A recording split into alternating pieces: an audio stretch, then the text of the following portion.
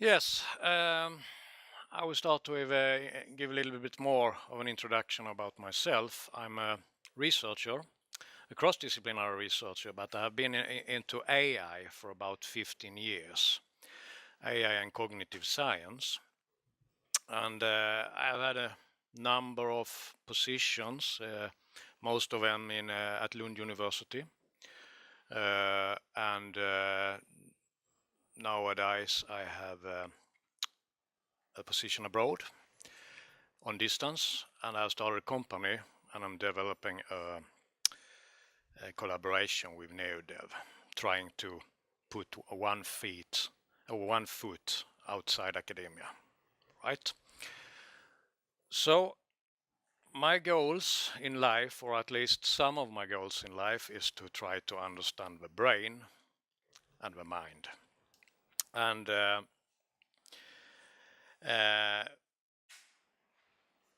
one way to do that is to try to study the brain and replicate some of the mechanisms, right?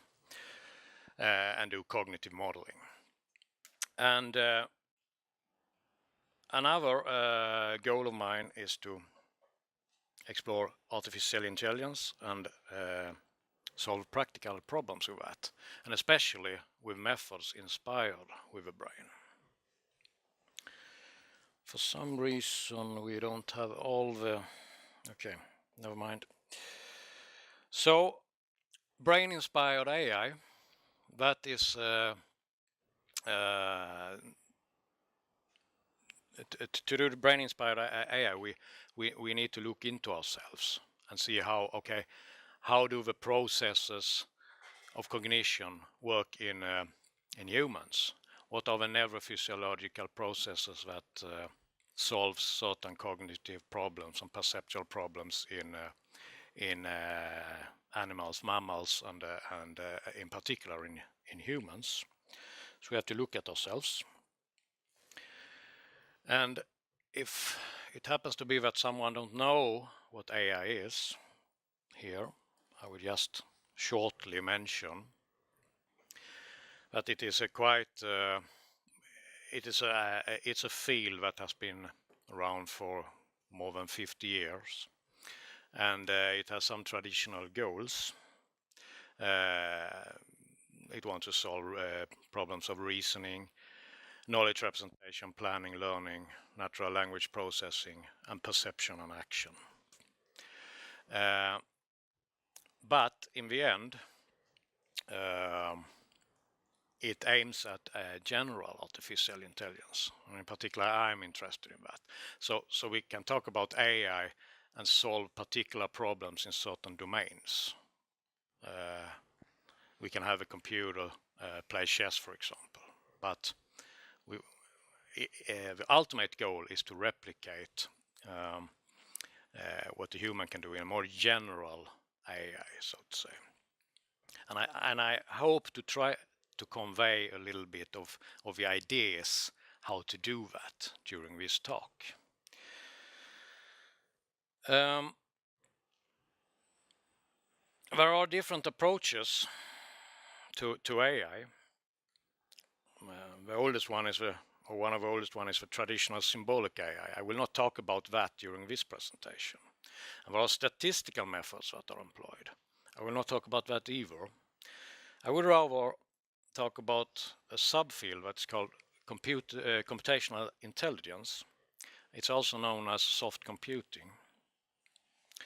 And computational intelligence, that is those methods that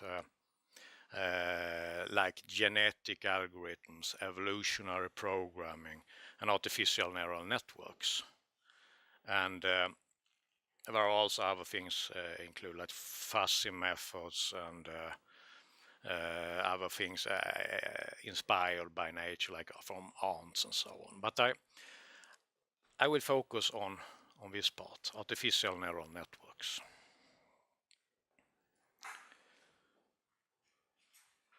And it's a pity because not all of the slides is shown here, unfortunately, so there's more here, but never mind.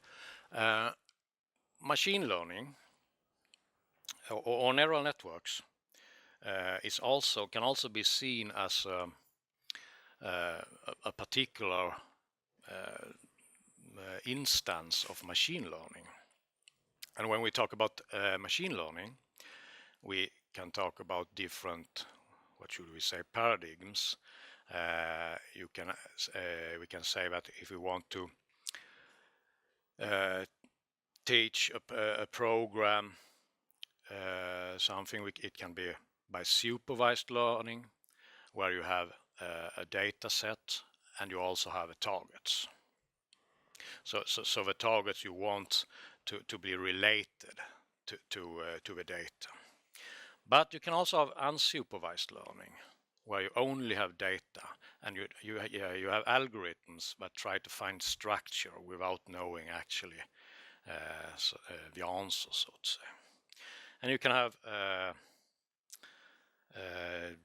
something in between here, right? And below here there should be reinforcement learning. That is another paradigm where you have programs that sort of learn due to reward. They increase their tendency to do actions that led to a reward, to a positive reward, and they decrease the tendency to do actions that led to a negative reward or a punishment. So neural networks then. When we talk about neural networks, we can mean different things. One thing is the natural neural networks. This is those we find in animals, for example in humans. But it is also a set of algorithms that are more or less inspired by their natural counterparts. So if we look at the natural neural network as well as the artificial neural network, it contains, or it is composed of processing units, which we will call neurons here. And they have connections between the neurons, and the connections in the natural, when we talk about natural neural networks, are called synapses. And this is important, I will get back to that. And we have something we call an activation function. And the natural neurons, they have a counterpart. They have a activation or action potential. It's called an action potential, right? So that fires when the input is significant enough. So if we look at the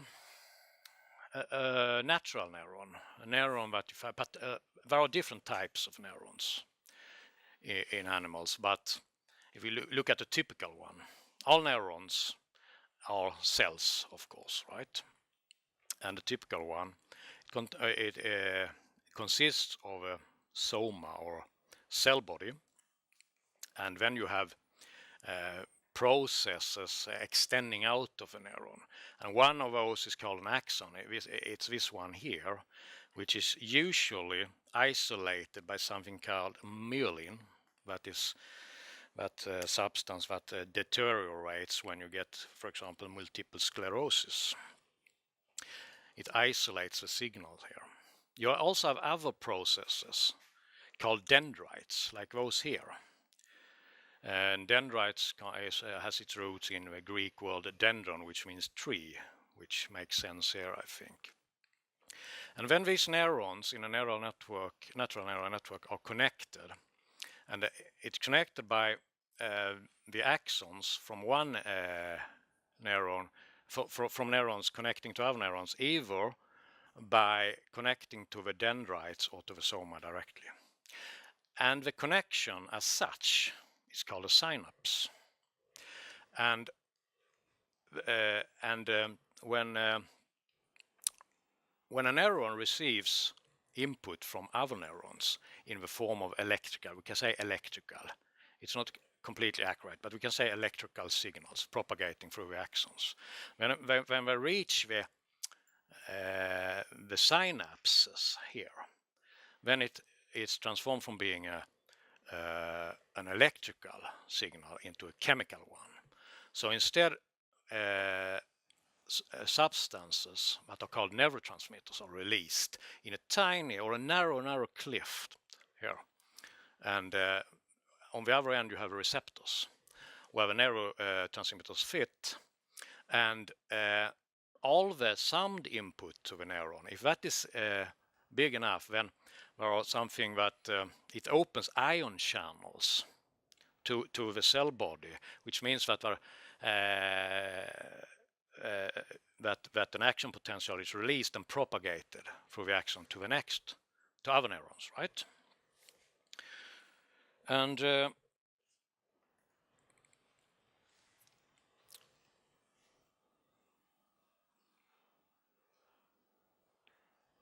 then so then you can imagine that if such a natural network receives input through these synapses, the input might come from receptors in sensory organs, for example, or from other parts of brain, right? Then you will get activation patterns in the neural network, because these signals are propagated, and if they are the summed input to neurons are big enough, they will also release a signal, and so on. So you get a certain signal pattern or signal activation pattern if due to a certain kind of input. But this pattern can be modified, which is learning, by modifying the synapses, and then you get transforms of signals, because then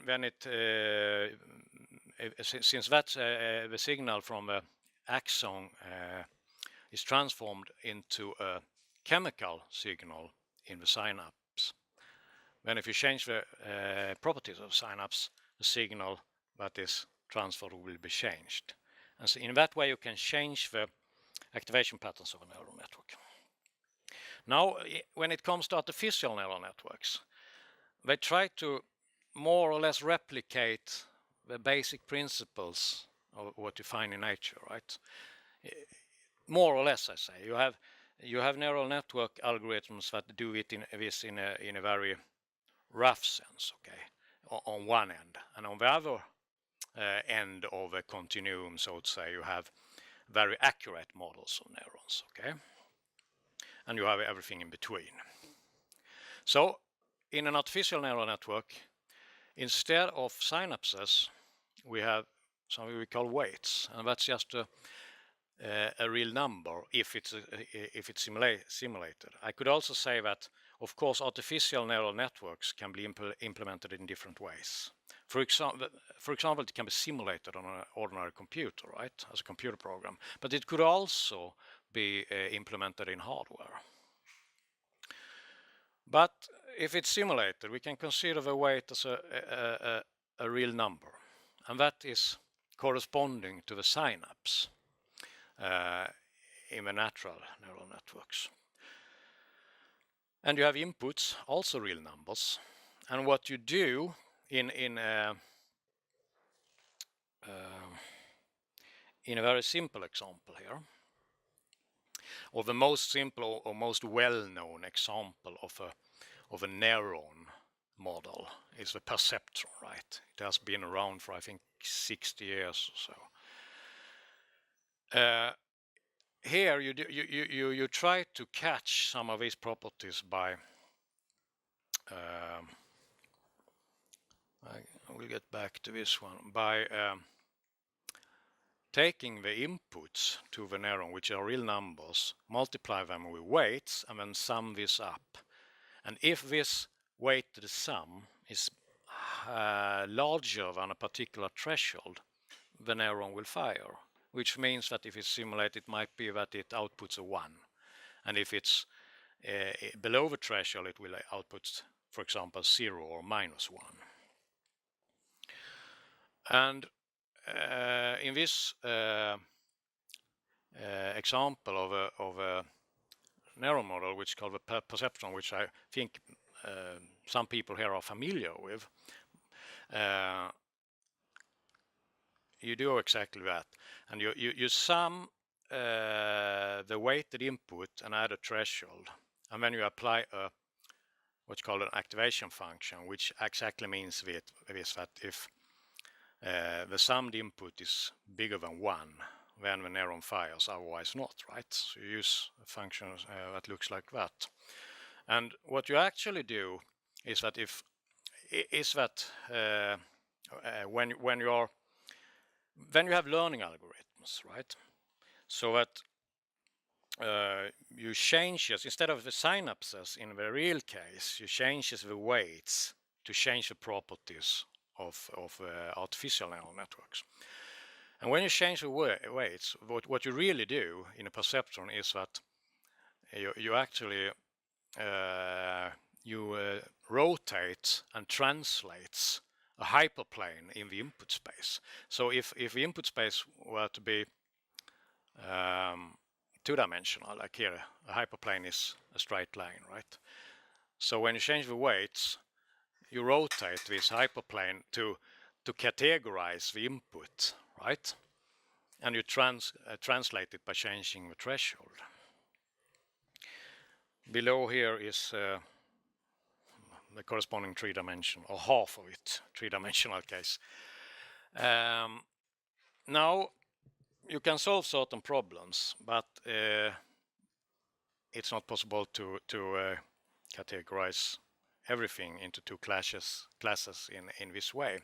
For example, a well-known example is that you can't implement by one perceptron the logical operator XOR, which is exclusive either or, right?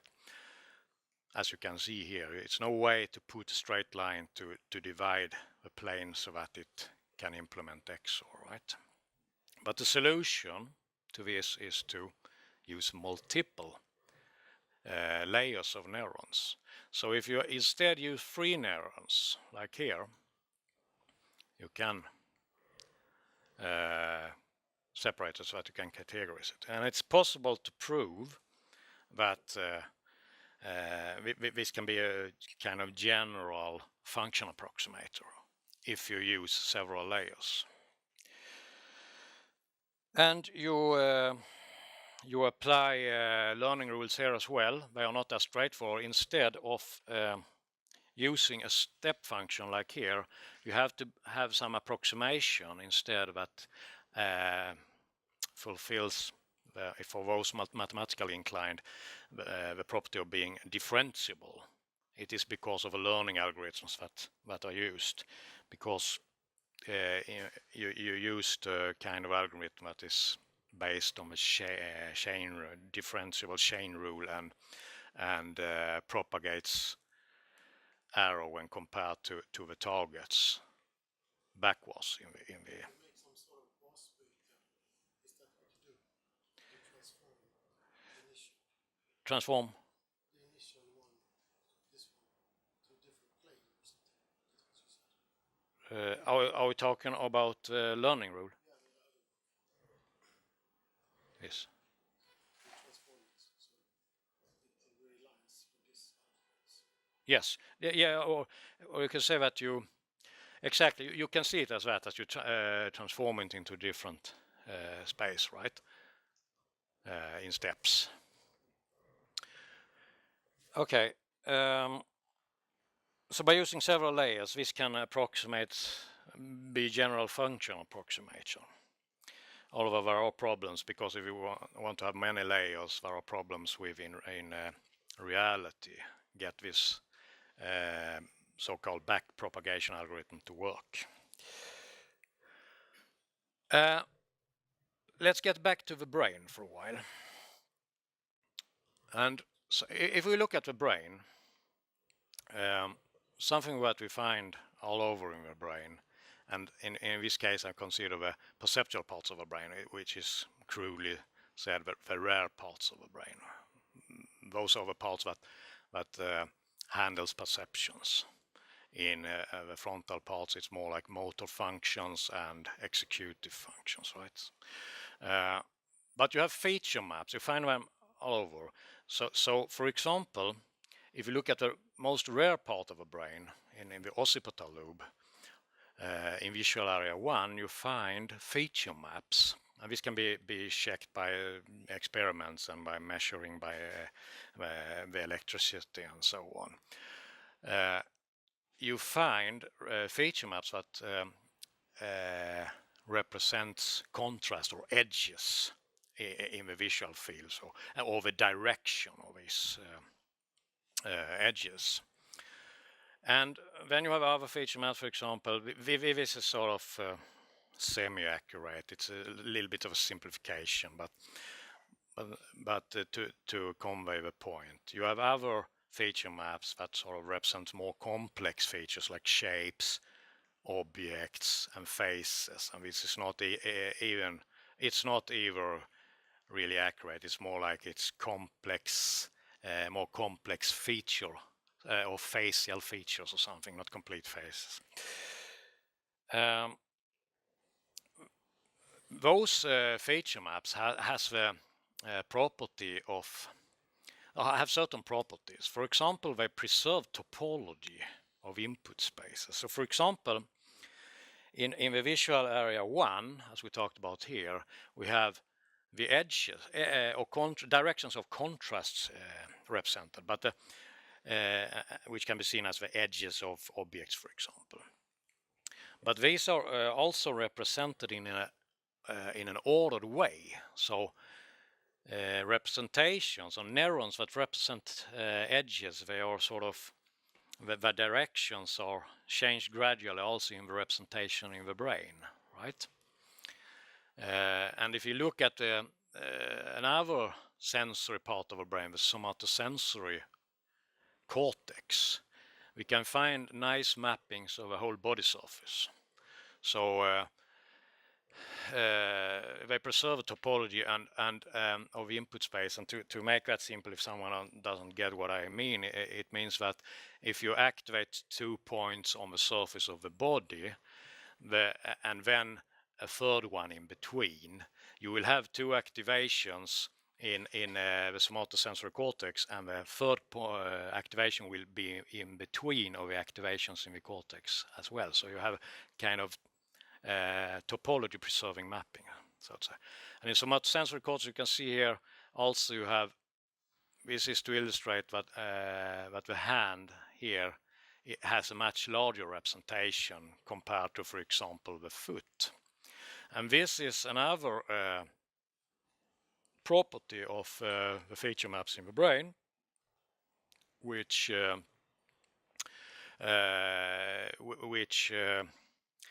we can see as it preserves not only the topology but also the probability density of input. So that if you have a lot of receptors in one area, for example, on our hands and especially in our fingertips, they have large representations and parts that you use a lot, like for example the hands, then it gets even bigger. This is dynamic actually, so the representation can change.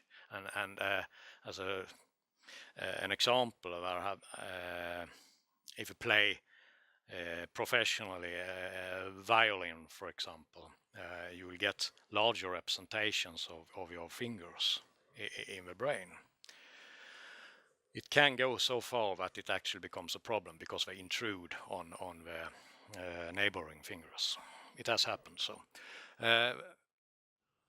this is the same thing. We have retinotopic organizations, so that the visual field is represented in topology preserved way in the brain, and the fovea, that part where you have very accurate vision, has very large representations. You have the same in the auditory cortex. You find ordered representations of frequencies in the brain, right? And now we can ask a question: Can we replicate this? How do we create feature maps that catches this in in a crude sense at least, catches these properties. Well, let me start with, if we now look at another kind of neural network. Here, this is the neural network, and this is the input layer representing the input, right? Then, by competitive learning, we can say that, let me also say, like the perceptron, you also have weights here corresponding to the synapses, right, for the neurons. And as you can see, the number of weights are the same as the dimensionality of the input space. If you have 3 inputs, you have 3 weights as well, right? For the mathematical inclined, you can see this as if that you have a weight vector for each neuron, right? And then when this network receives input, we just the network just activates these neurons by, as before, calculating the weighted sum of the inputs, and that corresponds to, again, for the mathematical inclined, to scalar product or dot product in English.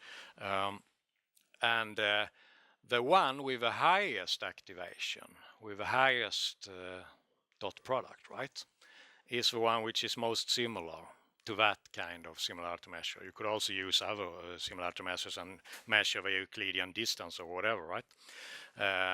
But the one with the highest activation, that is the most similar, we select and can call it a winner neuron. And that neuron updates its weight.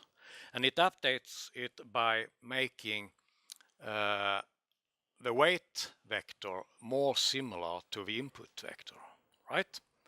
And this makes sense because if you look here in a 2-dimensional case, or half of it, you have to imagine that it continues here. And you have input denoted by the plus signs here. And you have the weight vectors, which are of same dimensionality. They are denoted by these red circles here. Well, then what actually happens is that you move around those circles when the network is learning, right? And if you have a particular input, that vector will be the one which is moved a little bit closer to that. So you move them around, and in the long run, during the learning process, it means you move all these weight vectors around to represent the clusters of the input space, right? And so now you have actually a mapping of the clusters of an input space to different neurons, as you can see here. And but you can also see that those clusters they are not preserving order. That was what we want. We want something that was topology preserving, right? We are mapping the clusters of the input space, but in a mixed up way. But that can be fixed by using a neighborhood function, which only means that besides the winner neuron, the most activated neuron, we also activate some other neurons in the vicinity, or maybe also all the neurons in the network, but to a lesser extent. And the extent you update the other neurons' weights depends on the distance to the winner, right? So the farther away they are from winner, we also update the weight to move them a little bit more to become a little bit more similar to the current input vector, but to a lesser extent, right? And over the and you also, hope you can see here, if you start with a large neighborhood and during training shrink it gradually, you will have this will have the effect that the mappings here will also be order, right? They preserve the order in the input space, okay? So you have topology preservation. Well, this is an example of a sort of a simple example to try to explain this in a short time. So now you have a self-organizing map. In that case, we have a one-dimensional self-organizing map, as you can see here. And a self-organizing map, it's kind of neural network. It can be of any dimensionality, but usually The most common one is that it's two-dimensional. It's two-dimensional grid of neurons, right? Which when you feed it with input, it learns to represent. It learns a discretized representation of and topology preserving and probability density preserving representation of input space. And this is very useful and can replicate many things that you find in your brain. For example, here you can see half of it. You can create a neural network that represents the semantics of a text corpus. So if you feed it with vectorized words from a text corpus and also feed it with the contexts, which can be very simple. For example, the word coming right before and the word coming right after a particular word. You will get nice representations that catches some of the semantics of a text corpus. For example, you can divide the map will be divided into representation. Here we have nouns, here we have adjectives, and down here is verbs. You can see here some examples when this has happened. And this catches this. Here get a little bit more complicated feature map than just, for example, mapping the surface of a body or whatever. This is more abstract, more complex feature, right?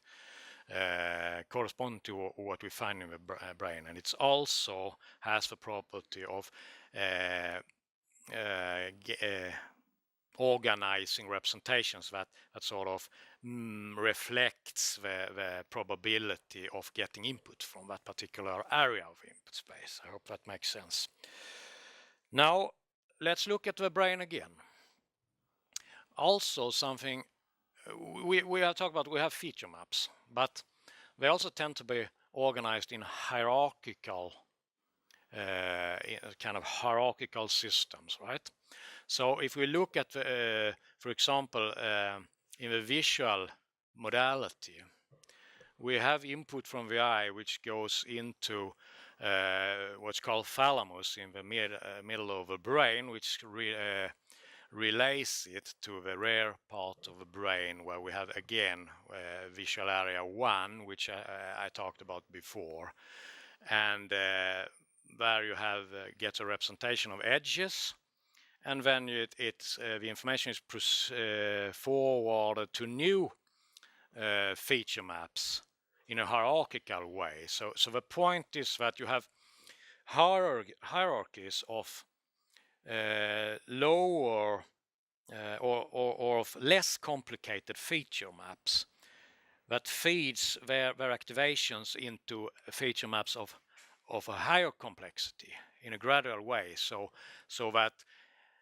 here it starts with edges, and then you get up maybe not to faces but to complicated facial features and so on, right? You can see it down here again, and which tries to illustrate this an increasingly more complicated features.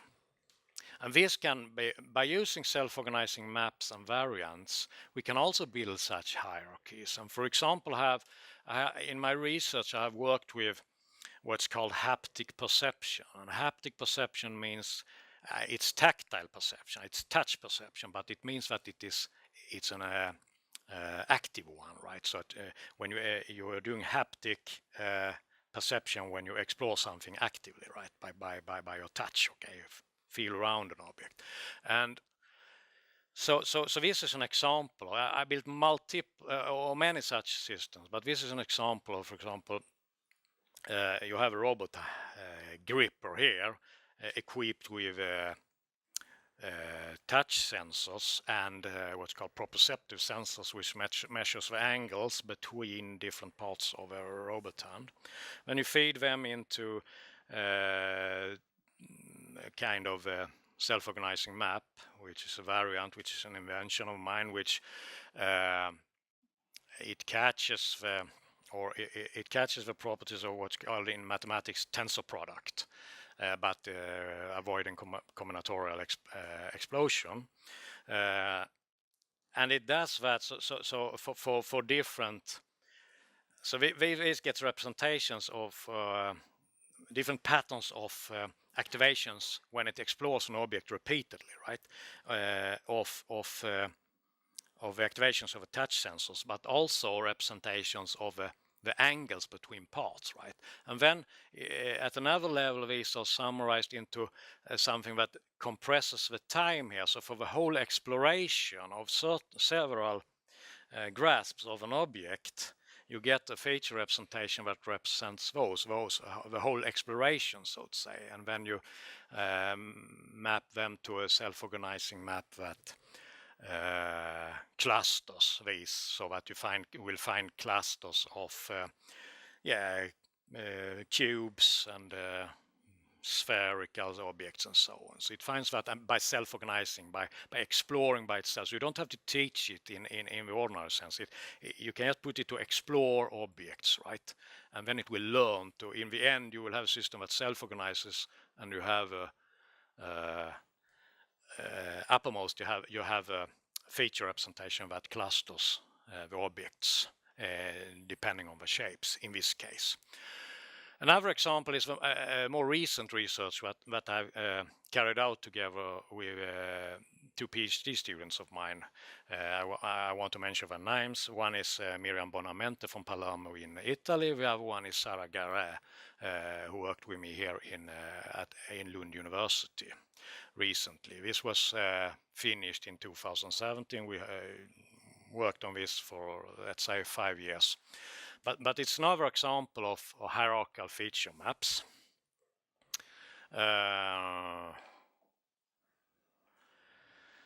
Where you use camera inputs, let's say from a 3D camera, and you take the depth maps that comes from the 3D camera, and you use an algorithm that extracts sets of joint positions.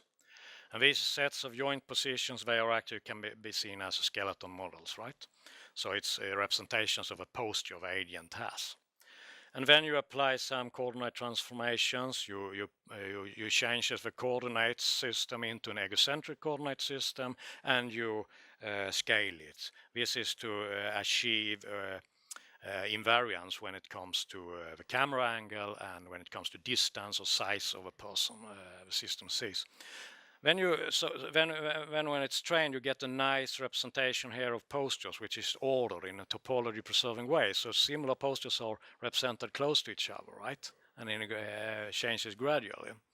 And that means that when someone, for example, is carrying out an action or doing a gesture, looking at the watch, you will get a certain kind of sequence of activations in the map, right?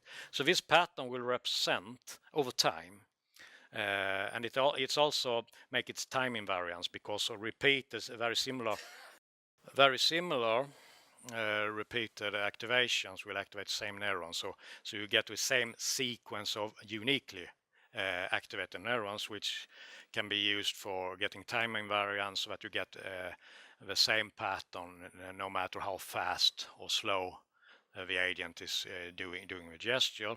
And then you can package this in one way or another and use as input to another self-organizing map and get a representation of gestures here, right?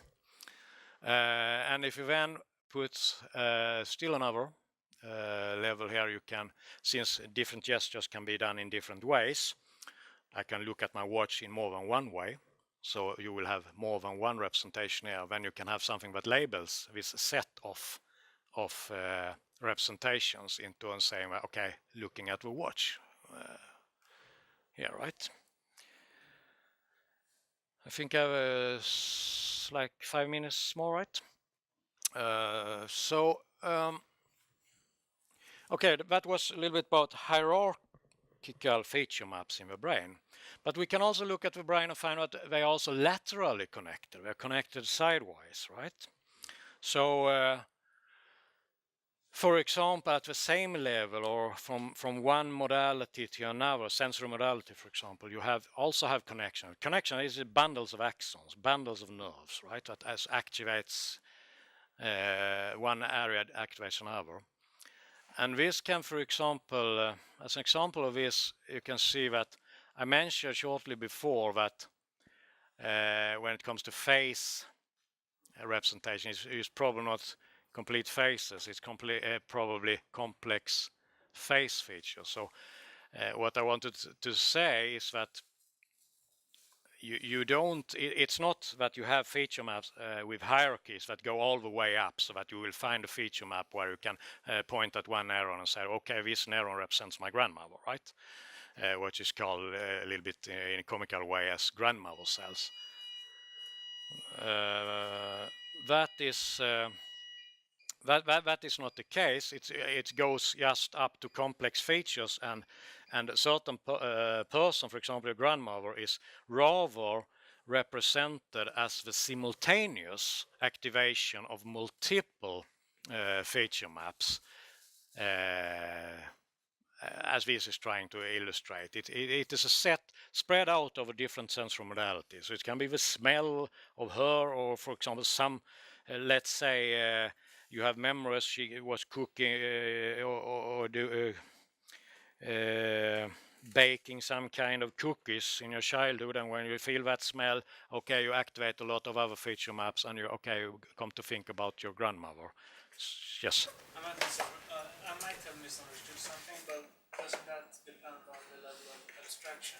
So if you add another level of abstraction, couldn't you technically get a neuron representing your grandmother? Yes, you can in an artificial system, of course, but I'm talking about brain. You will not find grandmother cells in brain, because it wouldn't have, if one cell dies, you don't forget your grandma, right? You could do it in an artificial system, yes, sure, absolutely, yeah. No. I'm trying to sort of in parallel illustrate, okay, the artificial principles, but also trying to convey where they come from, right?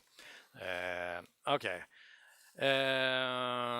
Thank you for the question, by the way.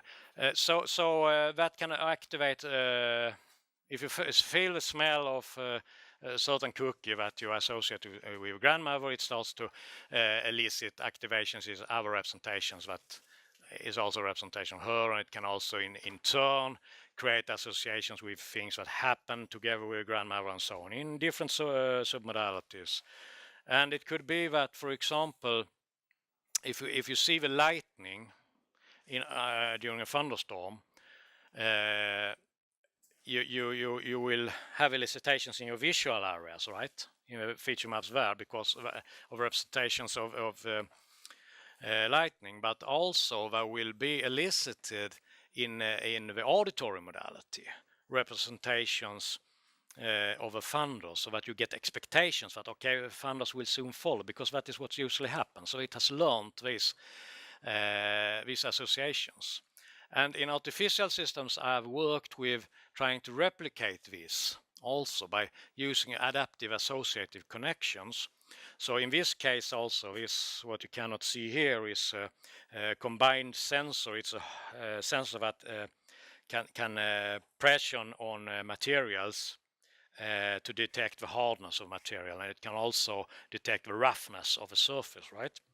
And then you have rather simple hierarchical system here, and you get representations of the roughness here and the hardness here by the input here. But since an object or a certain object or certain objects have but tends to be sort of statistical regularity. So certain objects might often have, of certain hardness, might sometimes have a certain roughness. And so this learns that what activation pattern here is associated with another activation pattern which is normally elicited or usually comes together, right? So it means that when the system is trained, it can explore only the hardness sensor, and it can elicit in the roughness feature map. It can elicit an expectation of the roughness. So that corresponds to what it usually has seen during learning. Well, so can I continue? 5 minutes? Do you want to me to continue? Yes? Okay.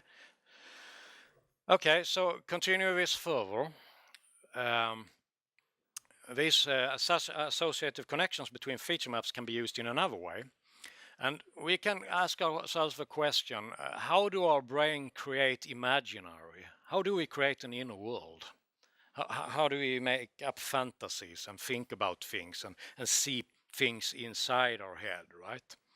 Well, this is related to something some people might have heard, a mirror neuron hypothesis. It is that it has been proved that for example, when apes are looking at someone carrying out something, you get activations in their motor areas that corresponds to as if they carried out the action themselves, right? And another perspective on the same idea is the internal simulation hypothesis, which is an idea of a neurophysiologist named German Hessler in Lund, which is a collaborator of mine. And that basically says that, okay, what happens when we imagine that we have a perception, that we perceive something? Okay, the idea is that when you imagine that you sense something, the same activation patterns, or similar at least, are elicited in the same areas as if we had these perceptions. And the same thing with in a motor case. If we think that we carry out an action, we imagine that we do, you elicit the same activation patterns, or at least very similar ones, in the same areas of the brain as if you did it, but in the case of actions, you inhibit the last case. And you can almost feel it if you think about it. When you're thinking about what you're going to say, you can do it differently. You can inhibit it more or less, but you can sometimes almost sense that you slightly activate your speech organs, right? Then the idea here is that, okay, you can elicit imaginations of sensory or sensory perceptions, and that you carry out actions, and then it can also be done in changes, so that if you imagine that you have a perception, that can lead to eliciting activation pattern that corresponds to, okay, reasonable actions in that situation, and then that instead will elicit activation patterns corresponding to reasonable changes of a state of a world, that is the sensory perceptions you should have had if you had carried out that actions in that during that circumstances. So in changes, so it means that you can have these internal simulations of actions and perceptions, right? And finally, then, this is something I've, together with others, experimented with a lot. But if you just connect as associated connections from self-organizing feature maps back to themselves, or back to another feature map, with time delays, then you can, like before that, you can elicit an expectation in another sensory modality. Now you can elicit an expectation of what activation pattern would follow, even if you lack input, right? So if you for example have a that was the point that we should show that, but to explain it instead. But if for example, this has been done in the case of action recognition that I explained before, but if you use rather than a normal self-organizing map, an associative self-organizing map, and connect the associative connections back to itself with time delay, then you can, and the system is have learned actions, then you can, okay, let's say the system sees the action punch, right? And that normally elicits this kind of sequence of activations patterns in the first self-organizing map, and then the rest follows, right? Now what happens if we stop receiving input here, and just blank, okay? Then by this mechanism, the system can imagine that the likely continuation of a part of action it has seen. So it will continue to elicit a likely sequence of activations here. This can be very useful not only for time for pattern completion in time, but also if you think about it, this can be and is probably involved as a mechanism in humans of predicting or trying to understand and guess the intentions of our agents, because what is likely to follow this behavior, right?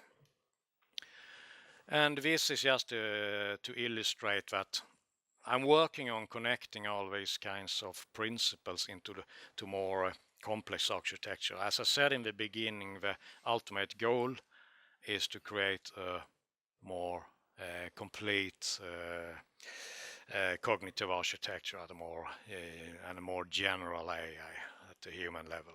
How far that will take, I don't know. Thank you very much.